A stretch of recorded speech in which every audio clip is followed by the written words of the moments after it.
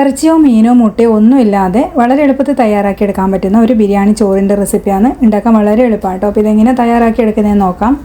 അപ്പോൾ ഇതിന് വേണ്ടിയിട്ട് നമ്മൾ ബസ്മതി റൈസാണ് യൂസ് ചെയ്യുന്നത്. ജീരകശാല അരി കൊണ്ട് ഉണ്ടാക്കി കഴിഞ്ഞാൽ നല്ല ടേസ്റ്റാണ്. അപ്പോൾ ഏത് അരി വേണമെങ്കിൽ നിങ്ങൾക്ക് എടുക്കാം. ഇനി ഇത് നല്ലപോലെ കഴുകിയെടുത്തതിന് ശേഷം ഏകദേശം ഒരു 20 മിനിറ്റ് ഒന്ന് കുതിരാൻ വേണ്ടി മാറ്റി വെക്കുന്നുണ്ട്. ഇനി ഒരു അടികട്ടിയുള്ള പാത്രത്തിലേക്ക് നമുക്ക് കുറച്ച് ഓയിൽ ചേർത്ത് കൊടുക്കാം. ഞാൻ വെളിച്ചെണ്ണയാണ് എടുത്തത്. അതുപോലെ തന്നെ കുറച്ച് നെയ്യും കൂടിയും ചേർത്ത് കൊടുക്കാം. ഇനി ഇതിലേക്ക് നമുക്ക് ഹോൾ സ്പൈസസ് ചേർത്ത് കൊടുക്കാം. പട്ട, ഗ്രാമ്പു, ഏലക്ക, വഴനീര, അതുപോലെ തന്നെ പെരിഞ്ചീരകവും ചേർത്ത് കൊടുക്കാം.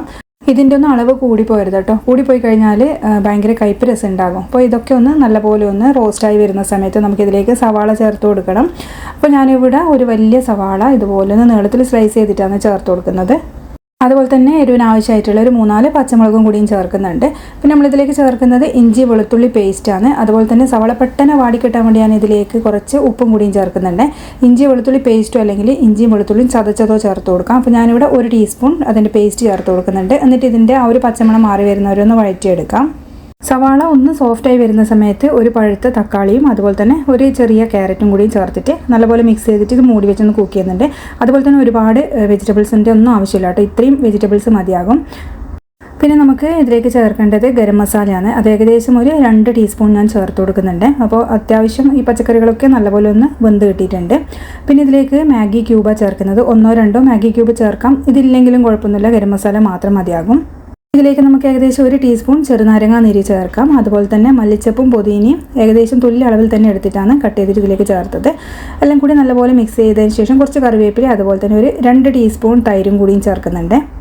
അപ്പോൾ തൈര് നല്ലപോലെ ഒന്ന് മിക്സ് ചെയ്തതിന് ശേഷം നമുക്കിതിലേക്ക് ചേർത്ത് കൊടുക്കേണ്ടത് വെള്ളമാണ്. അപ്പോൾ 1 ഗ്ലാസ് ആയിരിക്കും ഞാനിവിടെ 1.5 ഗ്ലാസ് വെള്ളമാട്ടോ ചേർക്കുന്നത്.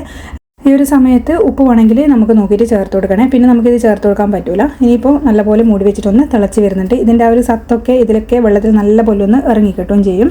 ഉപ്പ് നോക്കുമ്പോൾ കുറച്ചും കൂടിയും കുറവേണം കേട്ടോ. അതുകൊണ്ട് ഞാൻ ഇത്തിരിയും കൂടിയും ചേർക്കുന്നുണ്ട്. പിന്നെ നമുക്ക് ഫ്ലെയിം നല്ലപോലെ ഒന്ന് കുറച്ച് വെച്ചതിന് ശേഷം ഇതിലേക്ക് അരി ചേർത്ത് കൊടുക്കാം. അരി ചേർത്തതിന് ശേഷം നമ്മൾ ഇതൊന്ന് മിക്സ് ചെയ്ത് കൊടുക്കുന്നുണ്ട്. ഒരുപാടങ്ങ് കുത്തി ഇളക്കരുത്, പൊടിഞ്ഞു പോകാൻ ചാൻസ് ഉണ്ട്. ഇനി നല്ല ഫ്ലെയിം കുറച്ച് വെച്ചിട്ട് ഞാൻ നമ്മളിത് വേവിച്ചെടുക്കുന്നത്. ഏകദേശം ഒരു 10 മിനിറ്റ് സിമ്മിൽ വെച്ചിട്ട് ഒന്ന് കുക്ക് ചെയ്തെടുക്കാം.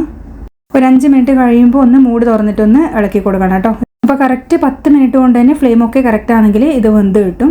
അപ്പോൾ നല്ല അടിപൊളി ടേസ്റ്റി ആയിട്ടുള്ള ഒരു ബിരിയാണി റൈസാണ്. ചിക്കനും മീനും മുട്ട ഒന്നും വേണ്ട, വളരെ എളുപ്പത്തിൽ തയ്യാറാക്കി എടുക്കാൻ പറ്റുന്ന നല്ല ടേസ്റ്റി ആയിട്ടുള്ള റെസിപ്പിയാണ്.